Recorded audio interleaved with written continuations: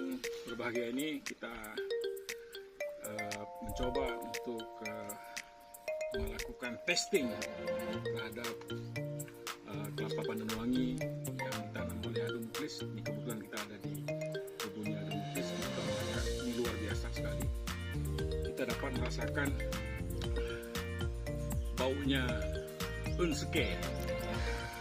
Jadi kelapa rasa unseke menyiapkan sebuah platform Sibrus Shop yang khusus untuk memasarkan produk-produk pertaniannya petani Aceh besar dan Aceh nggak hanya Aceh besar. Mudah-mudahan ini bisa menjadi sebuah awal yang baik untuk pemasaran, sistem pemasaran ini bentuk isi daripada kelapa unseke ini luar biasa.